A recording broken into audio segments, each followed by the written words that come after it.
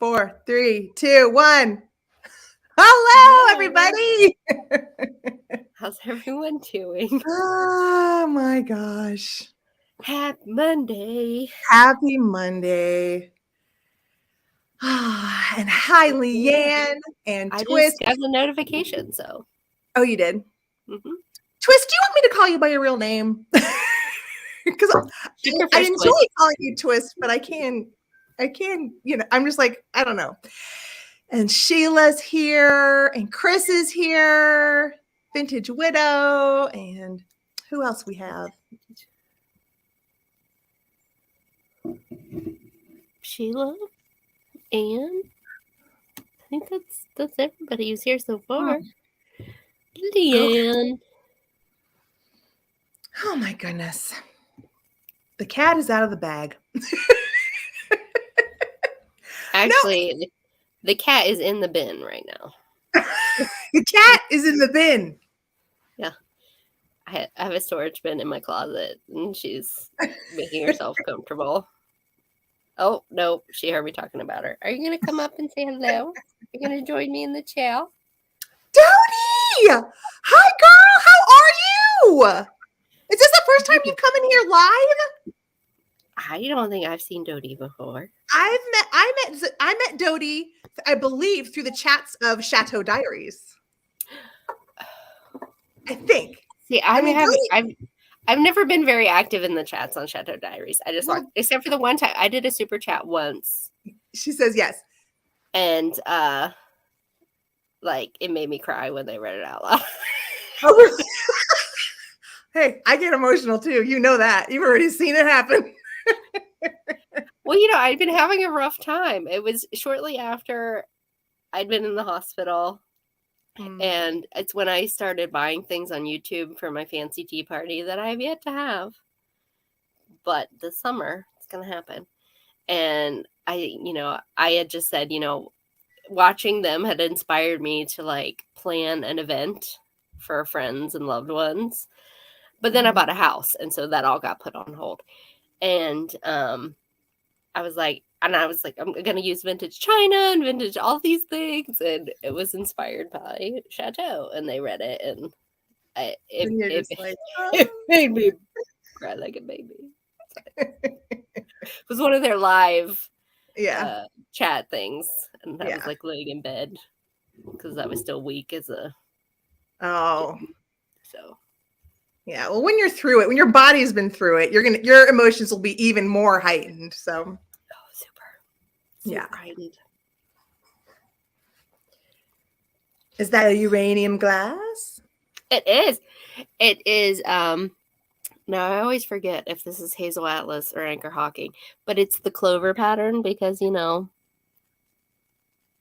yeah, I see the clovers. St. Patrick's Day approaches. I don't think I've ever seen that pattern. I have almost every piece in this pattern. Thank you. I've got the grill plates. I've got the cups and saucers, large bowls, small bowls. Hi, Georgia. Hi, Soul. Georgia. Bridget's here. Thanks, I've got Soul.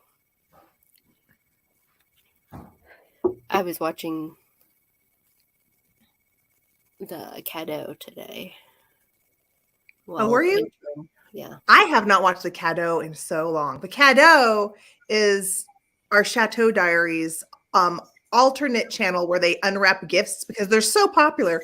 They get heaps and heaps of gifts from their viewers. So they have a whole nother channel devoted to unwrapping those gifts and putting the money from the channel towards charity. So it is, a worthwhile bonus channel to watch, but it's a lot of gift opening. And it is. But so sometimes watching those gift openings, I find things I need. Yeah, you see good stuff. Like was the Calamity Ware on one of the gift openings? Well, I knew about Calamity Ware before they were gifted it. And then when they were gifted it, I was like, Yeah. Catherine! A brooch. Oh. I now have brooch drawers. That new little cabinet that I bought that my jewelry lantern is on now. Mm-hmm. it has 3 little drawers, so I put all my brooches in those drawers.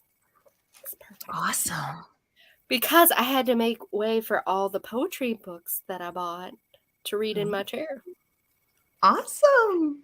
Calamity-ware. I'm pretty. Did I showed pictures of it when I did the Blue Willow? Yes, episode, you did. It's a spoof. It's a spoof of Blue Willow. Yeah. Where they make fun of the patterns. So instead of the traditional bridge and birds, I mean, it looks like it's everything that would make you feel like you're having a good day. There's pterodactyls. Yeah, it looks like it's robots, like but instead, if there's actually Godzilla in there, sea monsters.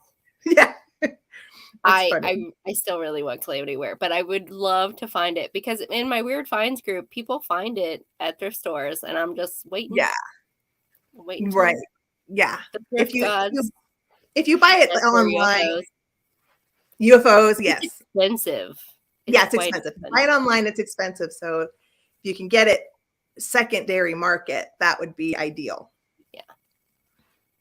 It's super funny. And they have like big travel mugs. So like you can't find that in Blue Willow. Well, I mean, you can in like Spode, but not, antique Blue Willow. But, and most of you don't. So I'm in my chair again this week because you'll remember when I debuted my chair, I said something about it needing a chandelier. So I found there's also a crown up there. I bought myself. But no, the Weird Finds group is on Facebook. It's Weird and Wonderful Secondhand Finds. It's a public group on Facebook. You just have to join. So this is a little Jonathan Adler Christmas chandelier ornament. And I had been wanting to add lights in here because if I have my lights off and I want to read, it's a little dark. So I got a really long strand of fairy lights and I tucked them into the nail head trim. And it was still really long, which was perfect to wrap all around the chandelier. Look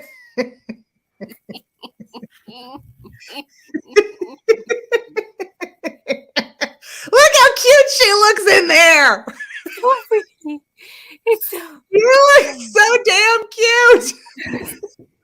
Like, it arrived. If y'all missed the story of this chair, you should go back and watch. It was like, I don't know, 3-4 episodes ago. Yeah. It was sometime in January. And yeah. I love this chair so much. So cute. But Laura and I discovered an antique bookstore that like I knew existed, but they have weird hours. So I've never gotten to go there. Mm-hmm.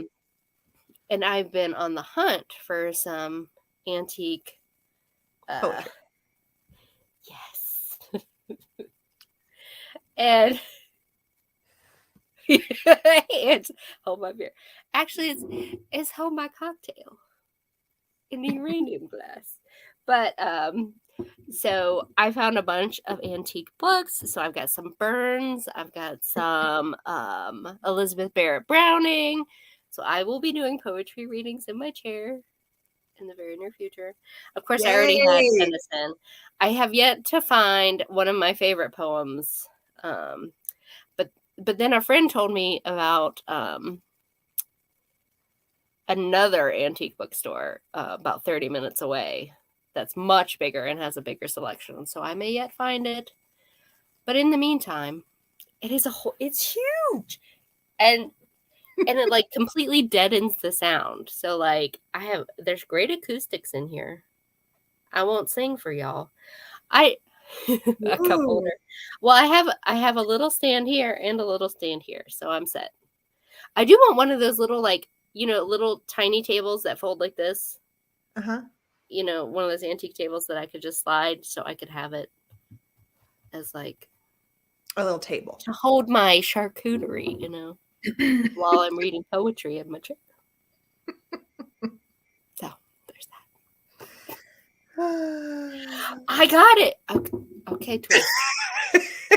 You asked for it. Uh-oh, here it comes. Yes. Because when I was late night ordering fake flowers on Temu, they were like, "Oh, do you need this?" And I said, "Yes." Yes, I do. Oh my gosh.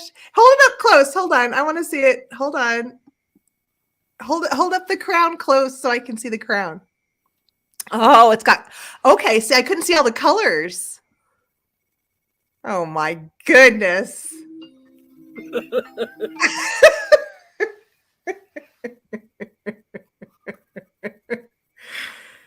It's my castle. It's my throne. So that's Wow. all. That's I'm not going to wear fantastic. this the whole time. I think it's great. Disco ball's not my We all thing. want one now. We all want one. Chandelier, yes. Disco ball, no. Right. Chandelier, yes. Disco ball, no. I am not going to wear this the whole time.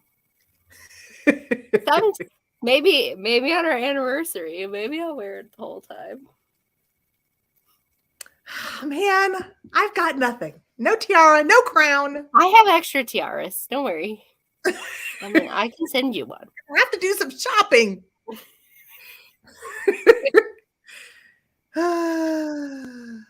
All Well, right.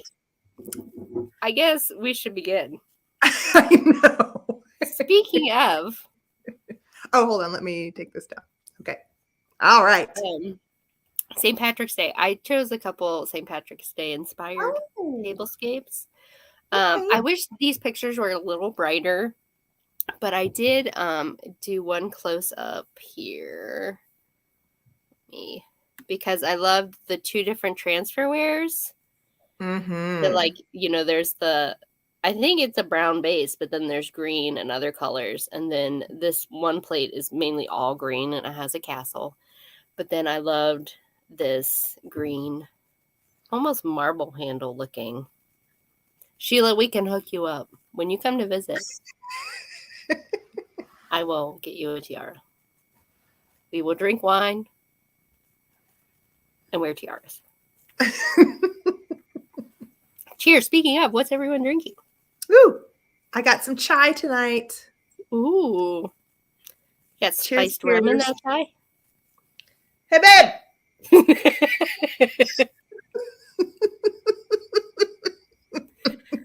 Mine's just a fruity. I need an alteration. Fruity beverage. Garcon. You can't hear me. Your table is next. So I didn't really do a table. I was a little short on time this week.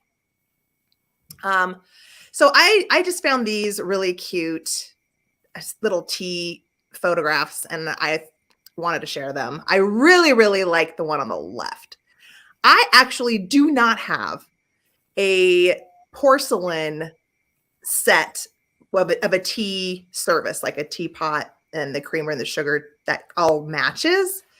And for the most part, it's just because I'm afraid if I buy something really nice and I break it, it'll just break my heart. I'm not particularly graceful. I'm not a graceful woman. So you know what? I tend to have accidents. I tend to have accidents. So I do too. Like I mean, have I told you about the bad day where I broke almost an entire shelf of uranium glass? It was a bad day. Yeah, but bad day. These things happen. Yeah. I've decided that if I come across a set like really beautiful that I really, really love at a silver sale. What about a silver plate set? Well, yeah. You have silver plate, I'm sure. Yeah. Yes, of course. But I have enough silver plate that I think I could just mix and match. And it's, I'm not feeling the void as much as I am for a really beautiful. I love my Spode porcelain set. Yeah. I have a set of Spode that I absolutely love. And the of course, I picked a spode pattern that's really hard to find. But like, if I break that teapot, I'm probably out of luck because I just happened to find the teapot. So yeah, if the right one comes but along. I still use it, but I don't use it like every day. You know, if I'm having tea myself, it's usually just in a mug. But when I'm having, why I never picked one up is that I don't use it. But I feel like, well, maybe it's time for me to buy it and then have this experience right here in front of me. It's a nice, like, I made myself tea. Well, I have a Christmas tea set, and on Christmas morning I made myself tea and had scone. And but then, like, last year for Valentine's Day, my friend came over and we made tea in my tea set. It was fun. Yeah, I mean, I'll go from tea kettle straight to teacup. Like, I don't go from like tea kettle to teapot to table setting to tea. I skip. Would you use loose leaf tea? I have, but I usually just use tea bags. Mm-hmm. But I have used loose leaf tea before because, you know, you get gifts and things like that. So I've done both. I love doing loose leaf tea in the teapot. Okay. I also have one of those fancy strainers for when you pour it. I've got a fancy strainer for the teacup when you pour it from the teapot into the cup. I've got one of those. To catch the catcher, the leaves. Mm-hmm. It's super pretty though. I really love that set on the left. I've never seen anything like that. Yeah, the one on the left is the one I really liked. The one on the right, I believe, is a Royal Albert. It didn't say what pattern it was, but I liked the photograph with the florals. Yeah. I think that's part of it. The macaron. Yes, I think that's part of it. It's the fancy china with fresh flowers and dessert. It's those three ingredients, and I'm missing the porcelain. I'm missing the fancy china. We can make it happen. I'll keep an eye out. Just let me know. Loose leaf tea does taste better. It's just has, you know, there's more of the leaf, so you just get more dimension than most tea bags.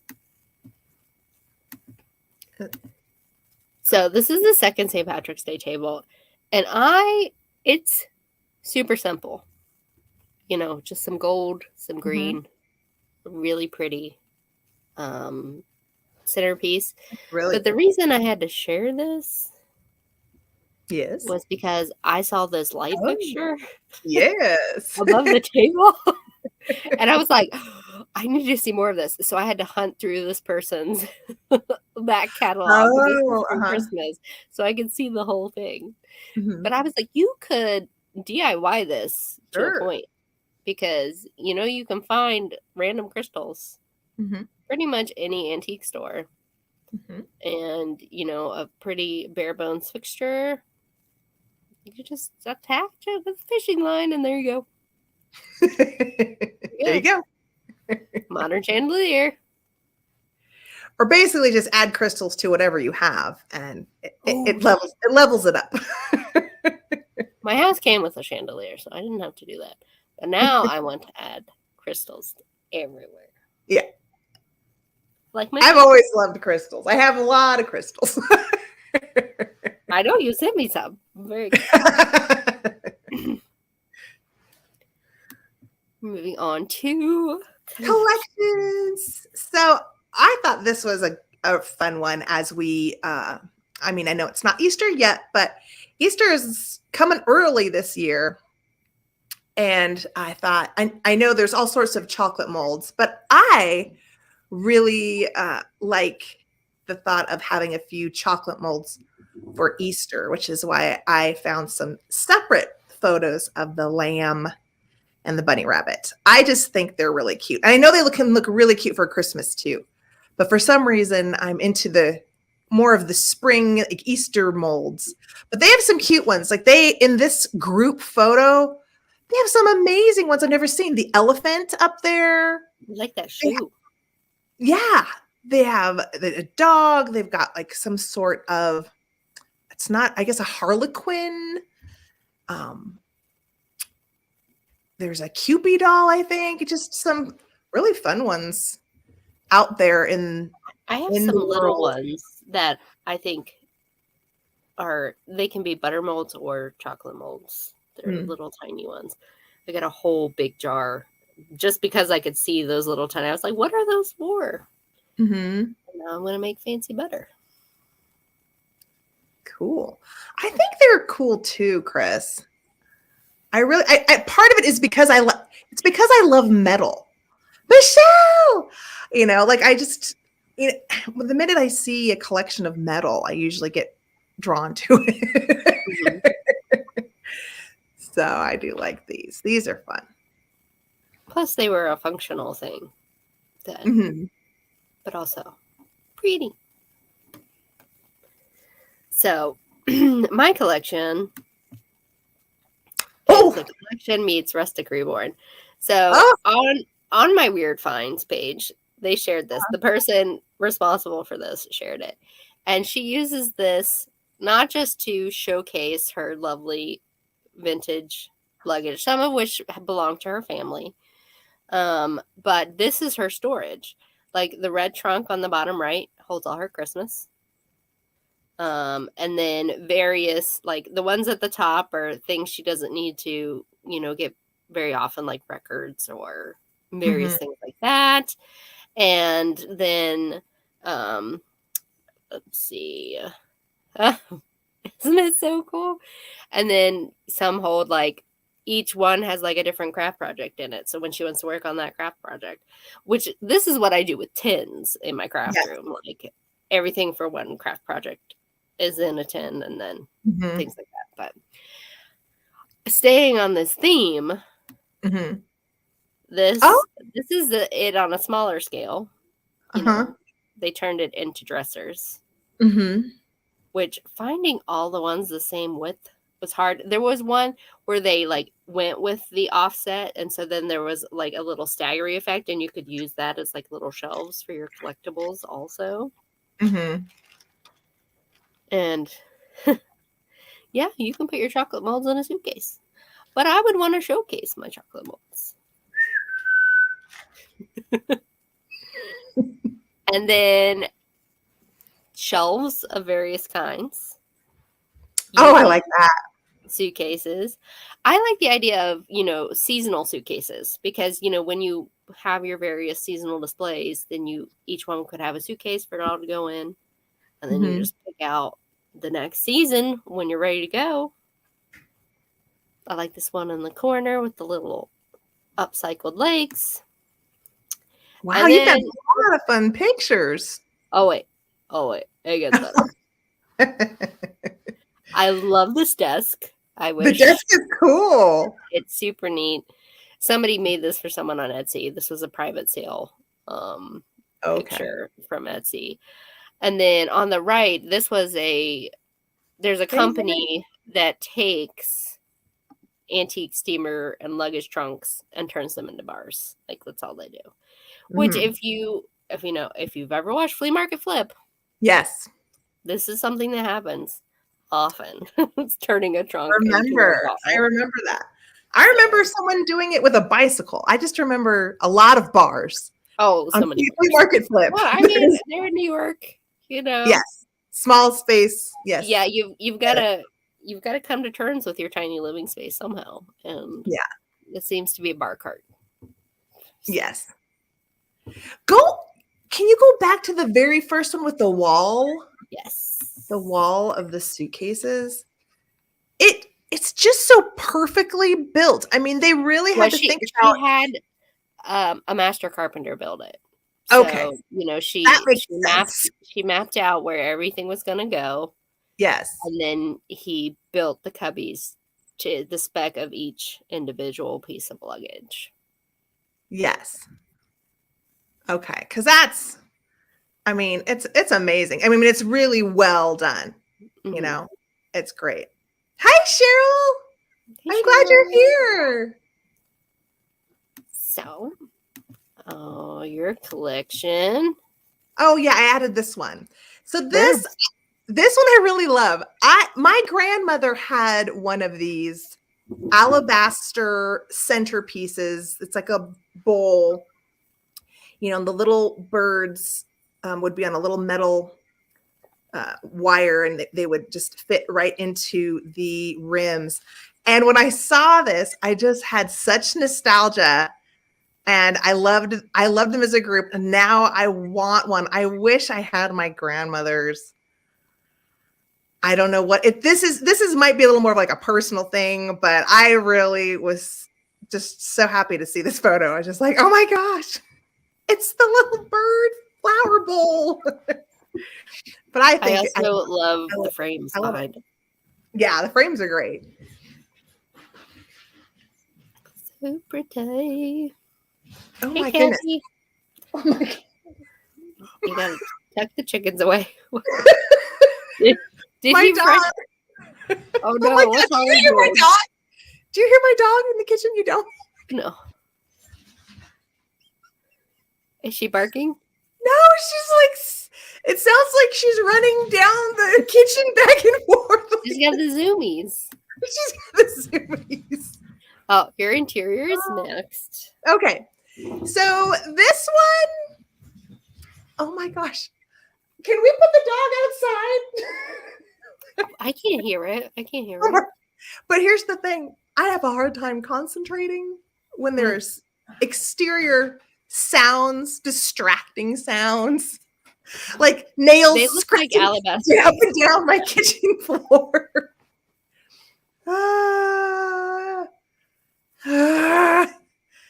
Okay, sorry. I'm back. I was about to say something, and now I'm not going to say it. Center.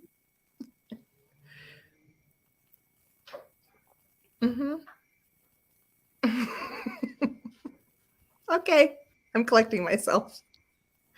All right, so the cabinets is what I was looking at, because I looked at this photo and I liked it, but I realized other than the orange chair and the desk, like what was in it, I would not look at in a store and particularly like at all. The pink chair, I know for sure if I saw it in an antique mall, I wouldn't want it. And the cabinet, I don't usually like whitewashed or color washed or whatever this cabinet is. But then I had to say, well, then why did I stop and look at this photo? Why did I like it? And I'm not, and I was like, okay, so what is it? And I think that maybe it's the palette, maybe it's the rustic part that I was drawn to.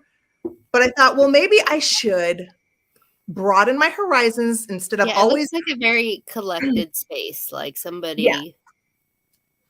Because I'm always drawn to brown wood, I would usually just poo-poo the color washed. And I was like, well, maybe you actually like this more than you think. I don't know. Like once I saw it in this setting, I thought, well, maybe I should broaden my view of things that I like.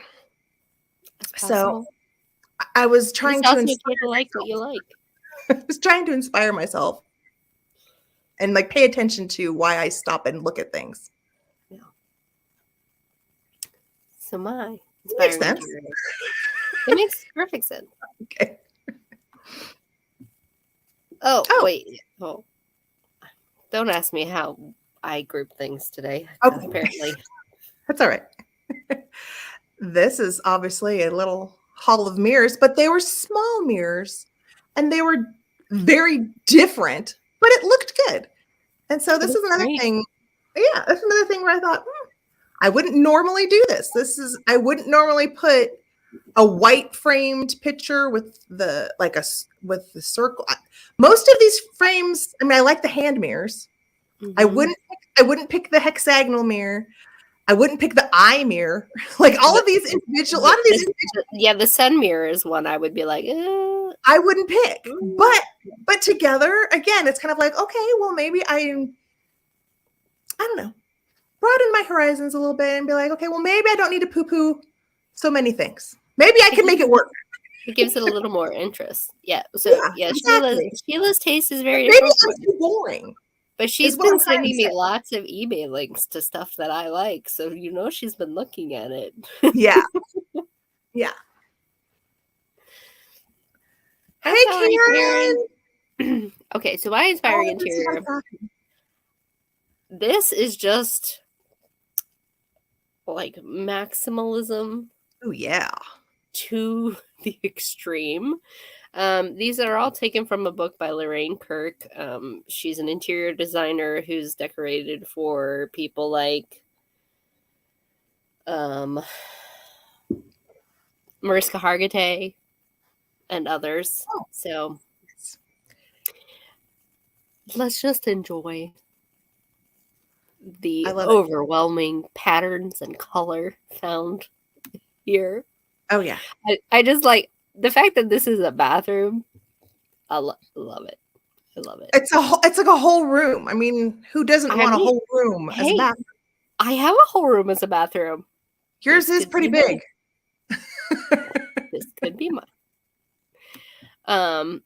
But this all comes from her book. It's called "Would You Like to See the House?" And what it says is unapologetic interiors filled with color, verve. Oh, and there's a door on the ceiling. I really want to find this book because I want to see the rest of what's in it. I absolutely love this random tin ceiling. I love the colors. Yeah. I mean, it all looks like the same pattern, but it has all been treated differently. And this is the cover of the book, but larger. Just look at all. It's sumptuous. That's the word. It is. It's so sumptuous. Like you could just cuddle down and get cozy. And I love it. And then here's another view. This one is a little more streamlined, but you can still see her influence of just like softness. And she likes a lot of reds. Yes. A lot of reds. Hello, Grady Gruppo. Oh, I don't know Grady. Hi, Grady. It's Karen's husband. Oh, Karen's husband. But yeah. So that was all. Oh no, this kitchen. Oh. Which made me think of the Romani wagons that I showed many episodes ago. Oh yeah, there was a Rolling Stones book in the last picture. But the way, because this is what she was talking about, the door on the ceiling. That's a door above the kitchen island. That's a very large door, however. One of them big. Yeah, it is. It came out of a big house, but I love all the books across the ceiling. So. Okay, so that's the doorway, right? Yeah, that's just like a nook into the kitchen. Mm-hmm. Like an entryway, but so pretty. I love the colors in this. A lot of color. Yeah. It just looks so warm and cozy. Yeah. I love cozy. It looks very eccentric artist, like a flat in Italy or something, like just or New York even, like just very. Or it's very bohemian as well, like just bohemian. Yeah. Yes. Oh yeah, ooh. So this was supposed to be okay. Don't ask me what happened. So my media must, and it's funny because Sheila reminded me of this. I actually already followed them, but. If you remember when I went to our local art museum and the exhibit was all about pictures of people with violins throughout the years. And I was like, you know what? I would love to have ephemera of cats. Yeah. This lady does that already. She shares Cats of Yore. She's on Instagram and she's on Twitter. And the pictures are different. And so like this is tempting me to get a Twitter. So I can see more cats, but we're just gonna flip through some pictures. All right, let's look. I'm ready. Ye old cats. Ye old cats. And I added pictures of cats because why not? So okay. And she runs again. Like this is an Aboriginal woman of New Zealand with kittens, and then like a socialite in Australia with kittens. Did she buy these photos? Like, does she own these photos, She or does she just collects some collect? ephemera. Okay. But then she also posts pictures that are in the public domain. For example, this amazing painting on the right. That is great. I want this painting. She kind of looks like me. Does she look like me? She looks like me. She might be my doppelganger. Great eyebrows. So Boris Kostodiev is 1918, but the cat's on the left, which to me screams cat meme, right? This looks like a cat meme, but that's It a does. postcard, an early 1900s postcard. That's from, I think her name's Molly, the owner hot of this stuff. account. We're talking about the hot stuff. Yeah, because they're in a soup tureen. Yeah. Oh my gosh. Catherine, you should do this with your new big white. I don't know if it's more of a jardiniere or a tureen, but the cat has to go in it. Your cats should go in it. Mm-hmm. Yeah. So this is just a silly media bust, but it gave me joy this week, so I thought I'd share. And I just love the way the cat in this painting is rubbing up against her, because you know that cat is like, I don't know what you're eating, but I need some of it. I need some. Here, wait, let me work my mojo and get a taste. let me hold something. I gotta purse my lips more. Okay. Maybe we could recreate that. That would be fun. Okay, we need a watermelon. What else do we need? Some kind of bread with fruit in it. Yeah. Neither of my cats look like that, however. That's all right. Doesn't have to be an exact match. Yeah. Yeah, I added the psycho cat. So we need more cats. Very cool. And now it's time for History Highlights. Yeah. Oh, and Twist was welcoming Grady. Welcome to the team party. I thought that was nice. All right. I have been on the lookout for awesome goblets. So if y'all find any, let me know. Okay. All right, you guys. So I decided to look into Wedgwood Jasperware. I happen to really love Jasperware. And I know there are a lot of people out there, especially a little bit older than I am, who I think really don't like it. It's because there was so much being produced for the everyday person in the 1970s and 80s.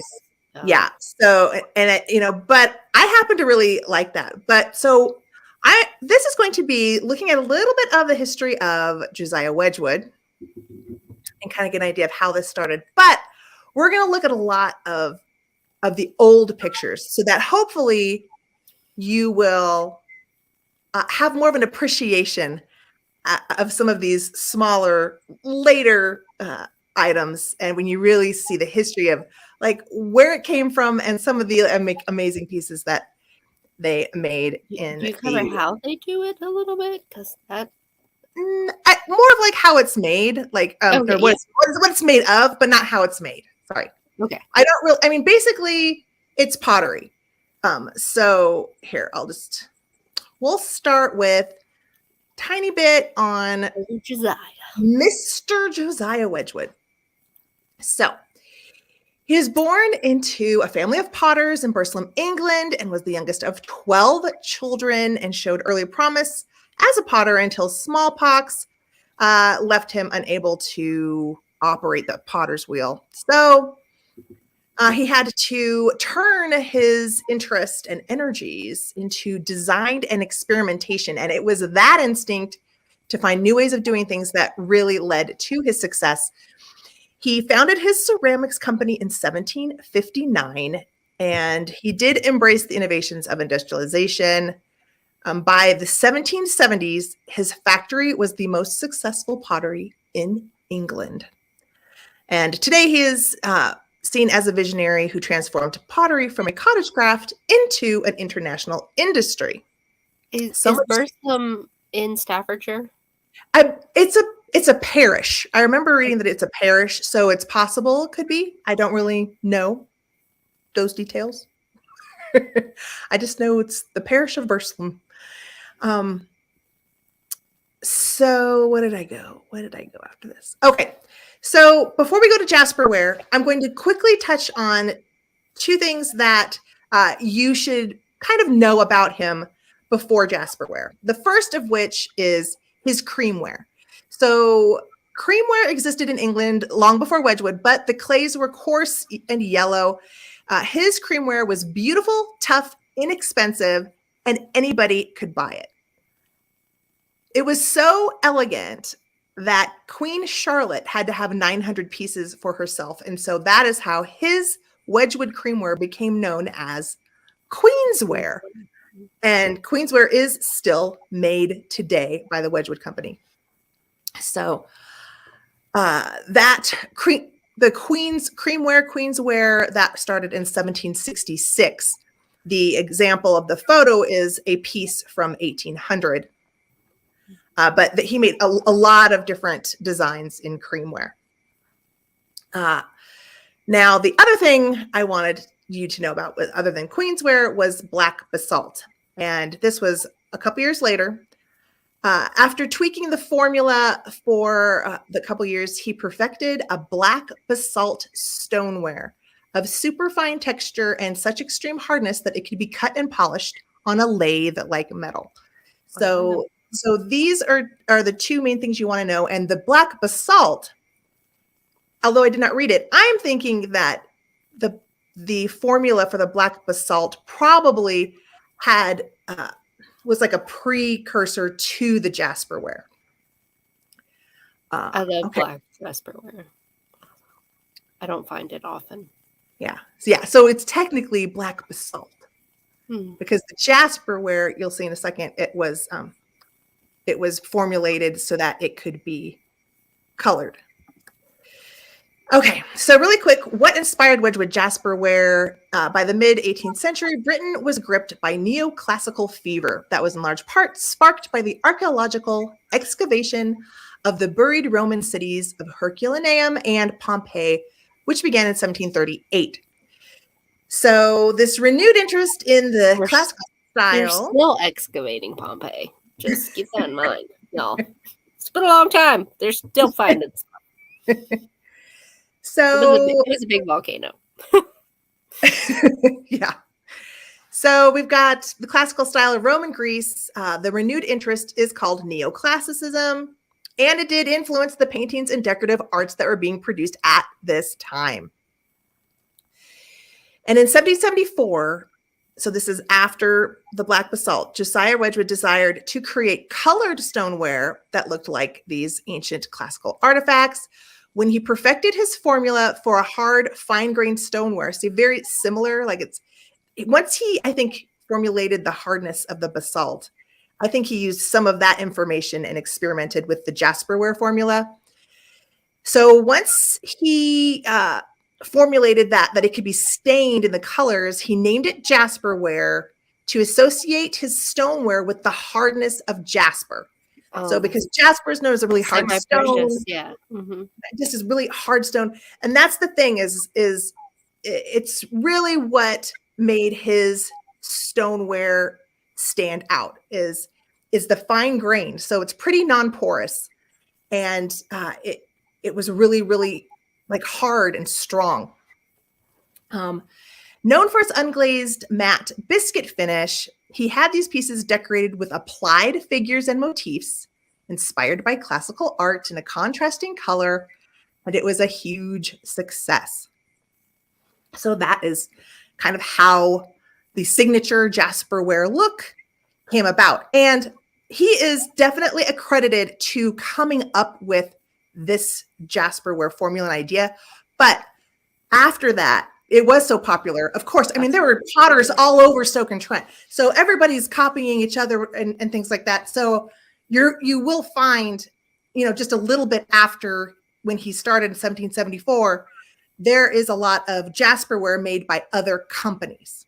Okay. And there were so many companies in like the 80s and 90s that were ripping it off. But like if you put a piece of Wedgwood next to one of those random people, it's night and day with the detail and quality. So. Mm-hmm. And then we're really quick going to look at this old piece of glass. This is the Portland vase. It is a piece of cameo glass. And so after several years of making the jasperware, Josiah Wedgwood decided he wanted to recreate. He wanted to make a copy of the most famous classical artifact known at the time. And this was this cameo glass Portland vase made 1st century Rome, Italy. And this is in the British Museum. So even though it was made in Italy, British Museum has this piece because it's so connected with Josiah Wedgwood. So it took him, I think, about 4 or 5 years before he finally came up with a stoneware copy. Now it's obviously going to be different because this is glass, and he's trying to recreate it in stoneware. But he finally achieved.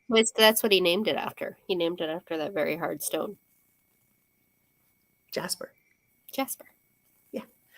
And so he finally achieved his version of the Portland vase in 1790. Let's see it. So this next slide, I'm going to show you 3 different photos of the Portland vase. And it's enlightening to just see some of the difference and the difference in price. Oh, I can't see the middle one, but that's okay.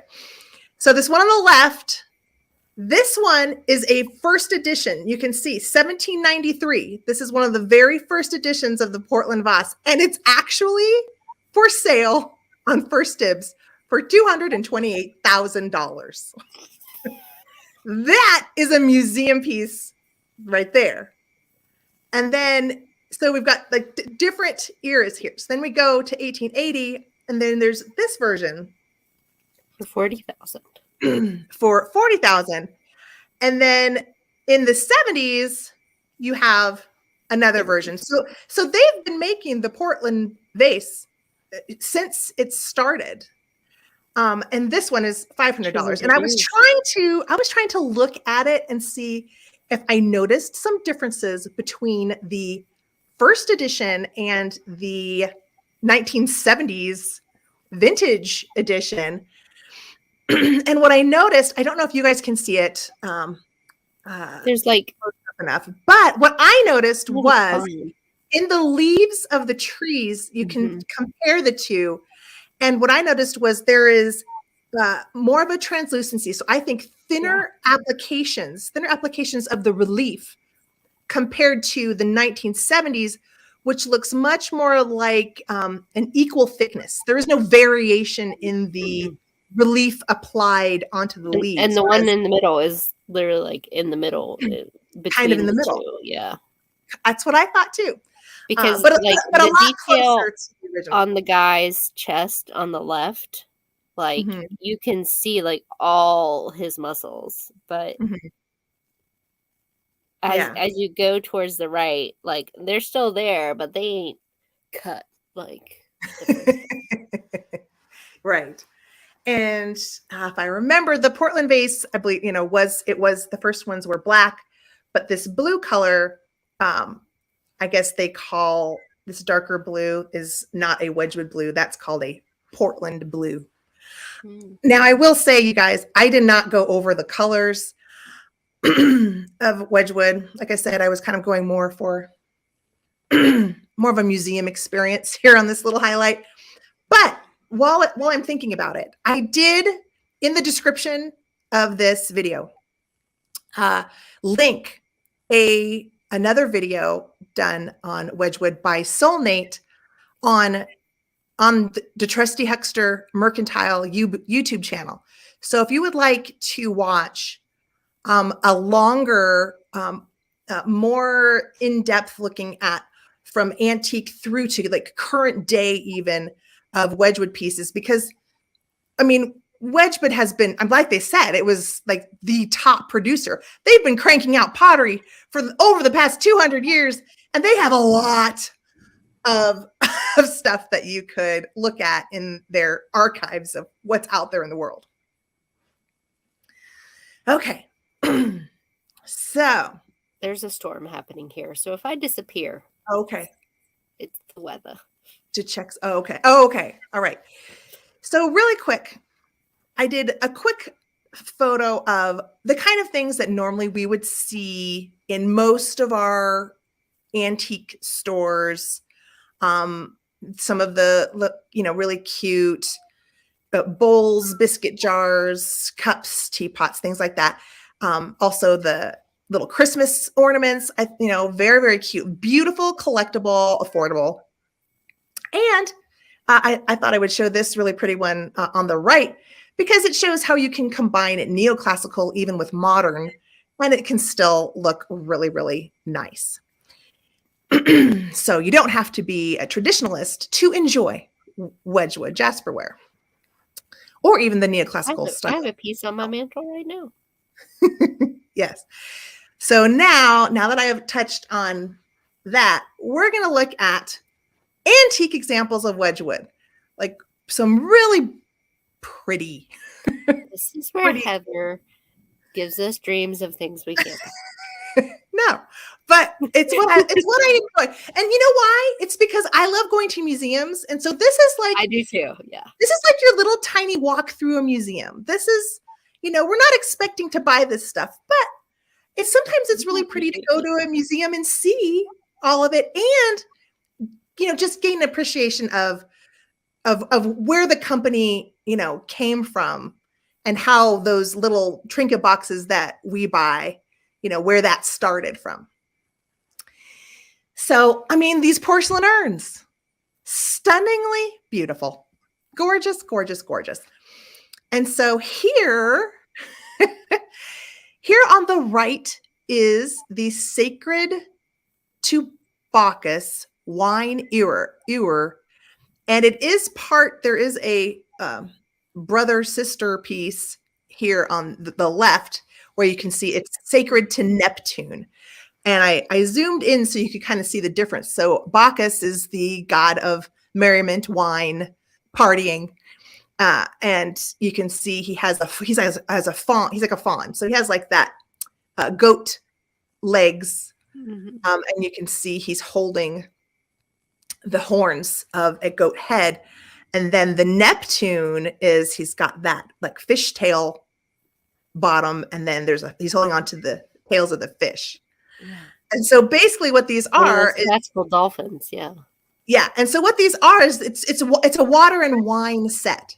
So Neptune is for the water and Bacchus is for the wine.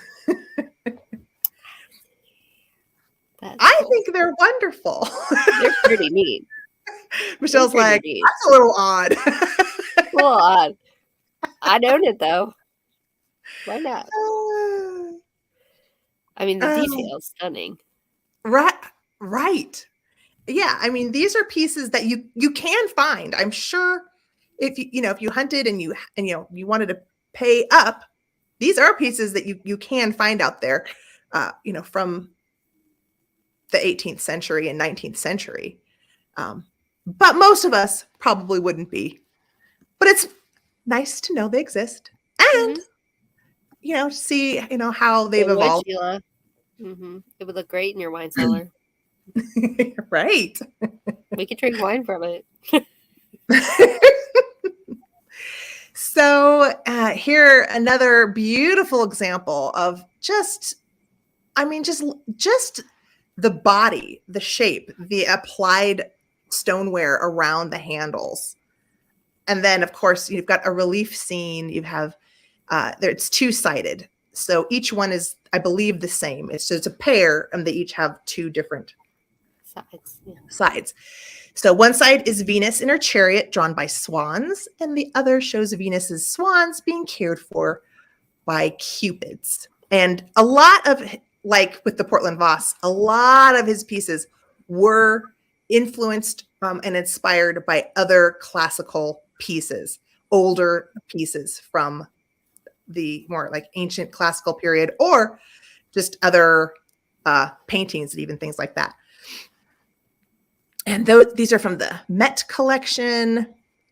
And then this one, I don't know. I can't get over. On top. Yes, the applied relief on these to me is just incredible. This one was designed by John Flaxman. Let's see. One side shows the crowning of a Kithara player based on an antique Greek vase painting. Well, there you go. So this is based on a Greek painting. And the other shows Pallas Athena, the patroness of Athens, in a temple. Pegasus, the winged horse, forms the finial of the cover of the vase. So Pegasus is there on top as your finial. But just gorgeous. Something that I haven't seen. I have never seen this until I was looking up, antique pieces of Wedgwood. And this has another similar applied handle, similar, but like completely different design. So this body is similar to that other body I was showing you. But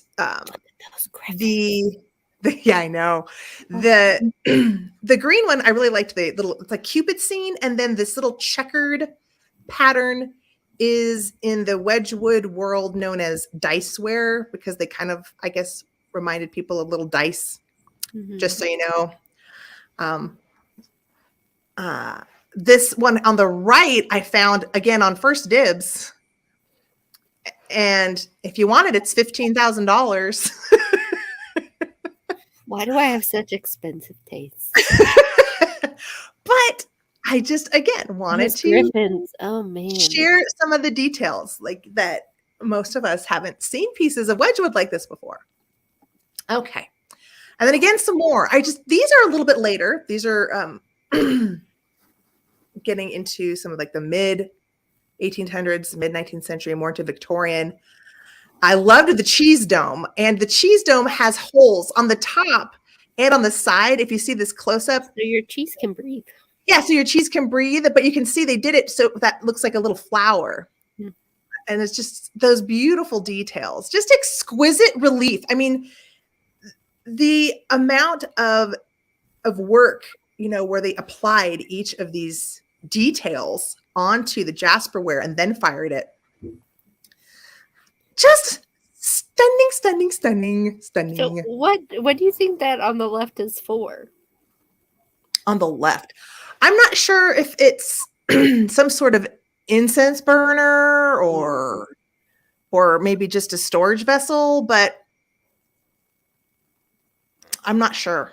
It looks like icing, I know. On a cake. I know. Maybe that's why I like it.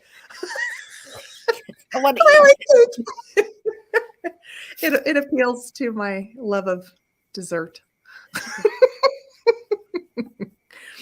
And I wanted to. I know a lot of the antique examples I was finding was blue, so I was trying to find other colors. And I did find these on the First Dibs. That was a really beautiful lilac example, because obviously he did like a broader color palette. That was the whole point. I just found a lot of blue examples.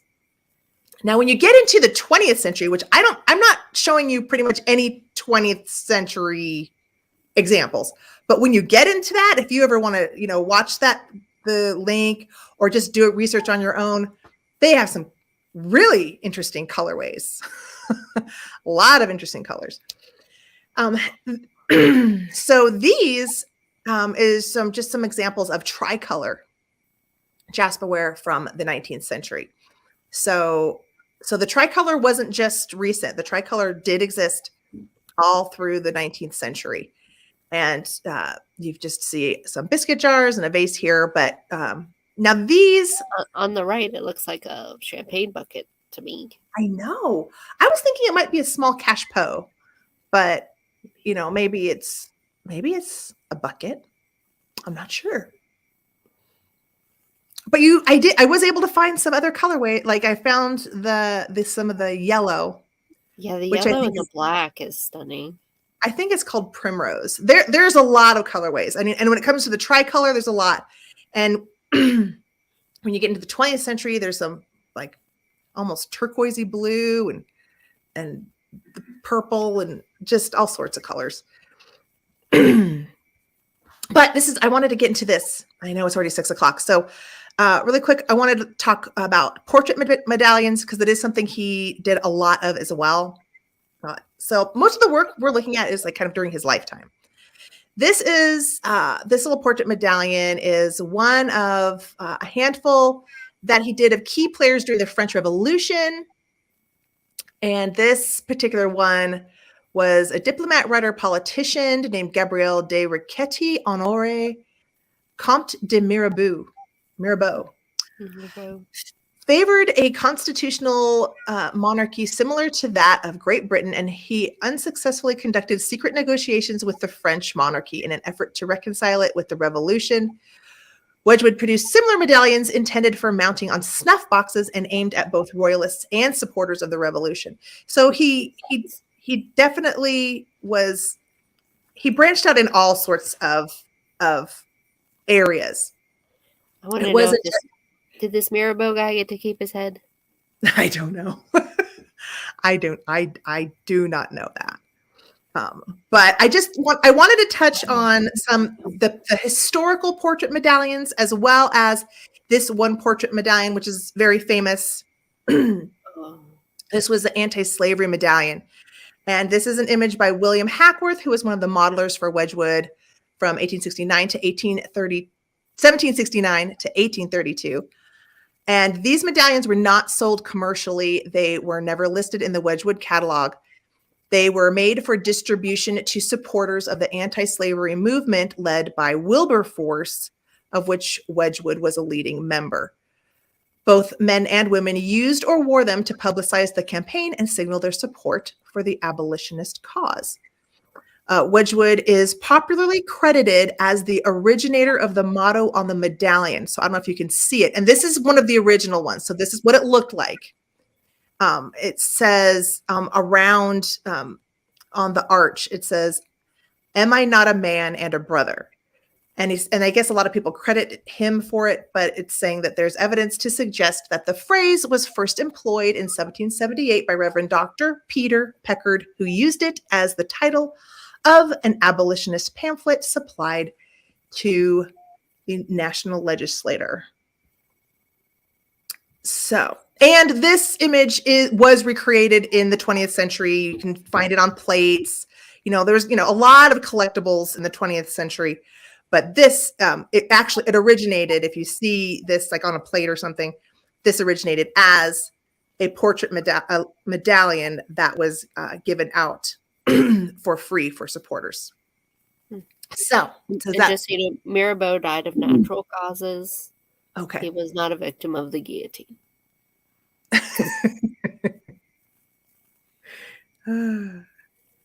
All right.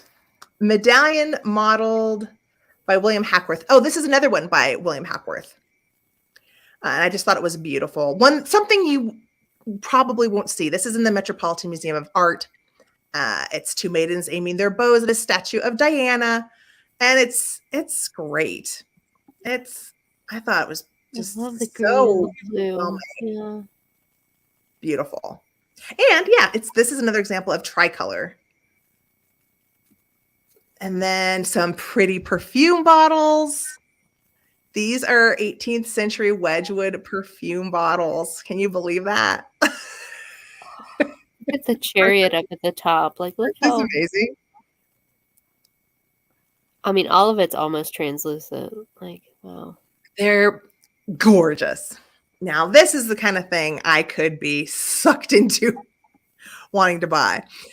And then some more really beautiful examples of more like jewelry. I wonder if there are Wedgwood chatelaines about. I don't know. You're going to love this next one though. But first, this is a buckle, and this is in the Victoria and Albert Museum. And this one has a single hook on the back, so they think it might have been part of a pair, where they think it might have been one where it was like the two would hook onto each other to make a women's belt buckle. And then the watch fob, which is just glorious. I mean, can you imagine? I would make that into a pendant if I had that. I just turned that into a necklace. But that's a really cool watch fob. And then look. Look what I found. I had to dig for this. What? They're Wedgwood swords? What? So What? oh shoot, I'm getting reverb. I don't know if you guys can hear that, but this is a collaboration with Matthew Bolton, and he was a steel cutter. So they made this sword together. I believe, I believe he worked with Wedgwood. Yeah, he worked with Wedgwood, and they were sold in Bolton's catalogs or stores or whatever. So these weren't sold at Wedgwood. Wedgwood just worked with him. If you wanted one, you'd have to go to Bolton back then to get one.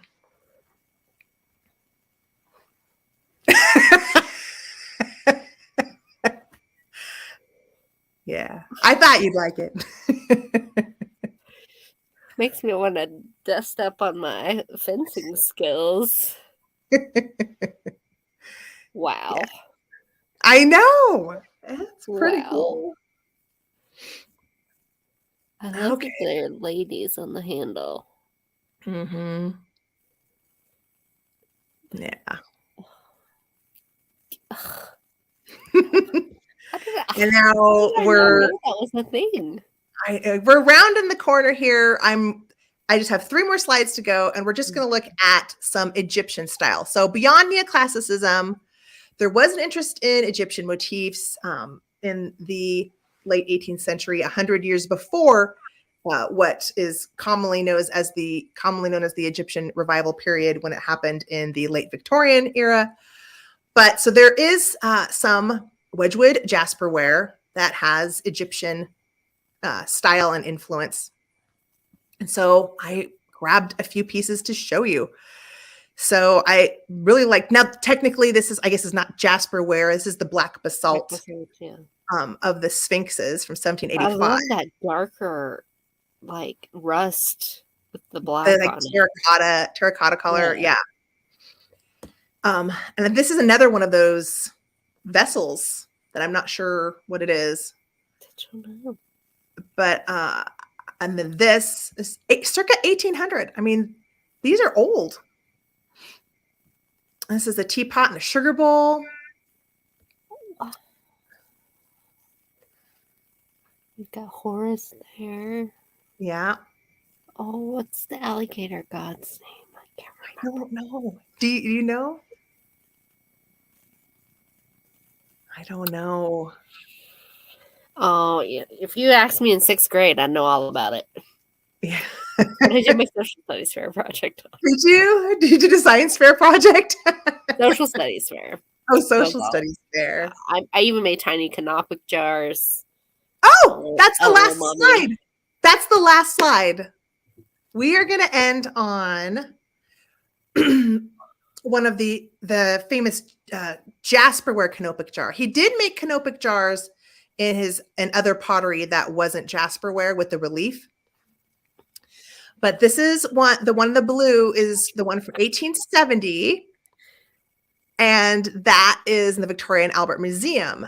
And then on the right is an example of one of the reissues. So in the 70s, they did a whole reissue of some of the Egyptian Wedgwood jasperware pieces. And one of them was the canopic vase. And again, I was trying to look at differences. And for the most part, it's hard to tell. But in this one, it looks like the scenes are differently oriented. Like the bird is over like a couple, or like there's two people, and then in the blue version, when I look at the bird, it's over a deer or something. It's a centaur. A centaur. Okay. Yeah. Oh yes, I see it now. I see it. That's Isis. Yes, And like it's definitely zodiac. It's chalky vintage widow. It's like bisque porcelain. It's it's that rough. It's like if you have a thing for like chalkboards, it's not going to be your thing. Like it's that texture that's hard to get over, unless you like it.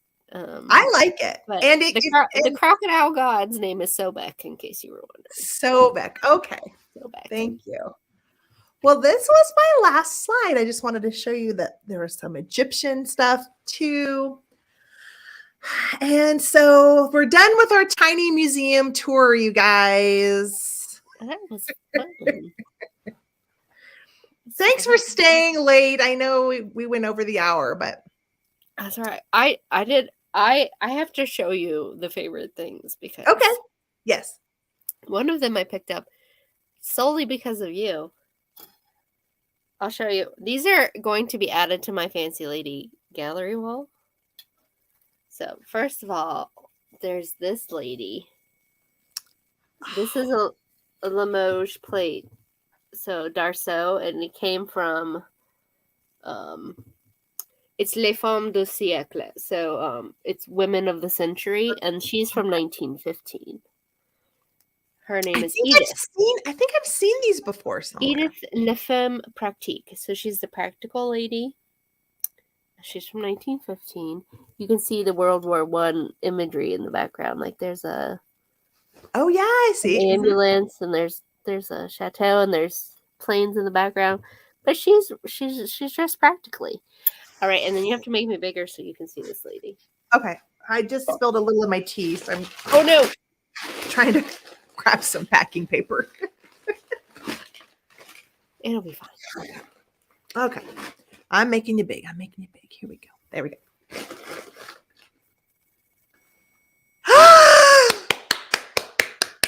That's Elizabeth! It's your straw hat. Yes, this is straw hat self-portrait. Yes. And you can see her palette just a little bit right there. Yes, you guys. I put so much heart into that. I mean, this has been through it. Look at the back of this thing. Yes, I see that. But it's still great. You guys, if you didn't watch my Brocante and Bergamot deep dive on This is a Painter, Elizabeth Vigée-Lebrun. She was a portrait painter for Marie Antoinette. And I did a whole history highlight on her. Yeah. And you should go back and watch it, because that I worked really hard on, and I loved every second of it. So now I'll have a little piece of heather on the wall. In addition to all the ladies she sent me. But. Awesome. Well, do you have anything to share? Do you have anything coming up this week? No, I'm wearing, I did pick up some really fun, you can't see it, they're garnet, some garnet bead necklaces that I got in a estate sale, and I'm wearing them today. So this is a new favorite thing. I don't know if you guys can see, but they're a really pretty dark red. I also got one that was more of like a plum color, but I actually just sold that yesterday. But these all kind of matched. So these are my new favorite things. So I'm wearing that. I do have some things coming up, but do you have anything that you have that you want to share? No. No, I'm not doing a live sale until March. And that'll be on another channel I'll share closer to time. Mm-hmm. I'm consumed by getting ready for my new job and maintaining my sanity in the interim. Yes. And sitting in my chair with my chandelier. Oh, were you here the whole time? We're done. We just finished, Nate. We're done. But I did recommend, you guys, this is who I was recommending. I linked linked your I video. watched Nate's Wedgwood video. You should absolutely watch it. Yeah, I linked it. Actually, any of the deep dives that were on Patrick's channel, I recommend. Exactly. But yeah, and I did something kind of different because I do history highlights. But Soulmates, the one that I linked down in the description, is very long and more thorough and goes into a lot of the catalog that goes into the 20th century. So, and it talks about all the colors. Definitely, if you're interested in Wedgwood Jasperware, you should check that out. But I did want to really quickly say, if you are free on Saturday morning, March 11th, I'm going to be doing a sale with Catherine Young on her channel. So I believe it is 10 a.m. Eastern, but it's going to be kind of 10 Central, 11 Eastern. Is it? I thought it was 10. She's usually 10 Central. Oh, she's still here. I think it's 10. Shoot. Maybe you're right. Well, keep your eyes peeled for all of our little previews on Instagram. I'm sure we will be promoting it, but we're going to do a Victorian through the 20s, whether it is true Victorian or Victorian inspired. So we're giving ourselves a little bit of leeway and grace, but it's going to be a whole lot of fun. So definitely, if you're interested, you should come hang out with us 2 weeks. 2 weeks. Because Heather always brings stuff I need to buy. Okay, so thanks everyone. I've been in my job a week, so yeah, you didn't have extra cash. Well, thanks everyone for staying late. I know there's some other stuff that starts at 8 o'clock. So thanks, you guys. Thanks. I love all of you. We'll see you next week on my channel. Yes, on Angela's channel. We'll see you in a week. On History Highlight. Yes. Have a good one. Take care of yourselves. We love you. Great week. Bye.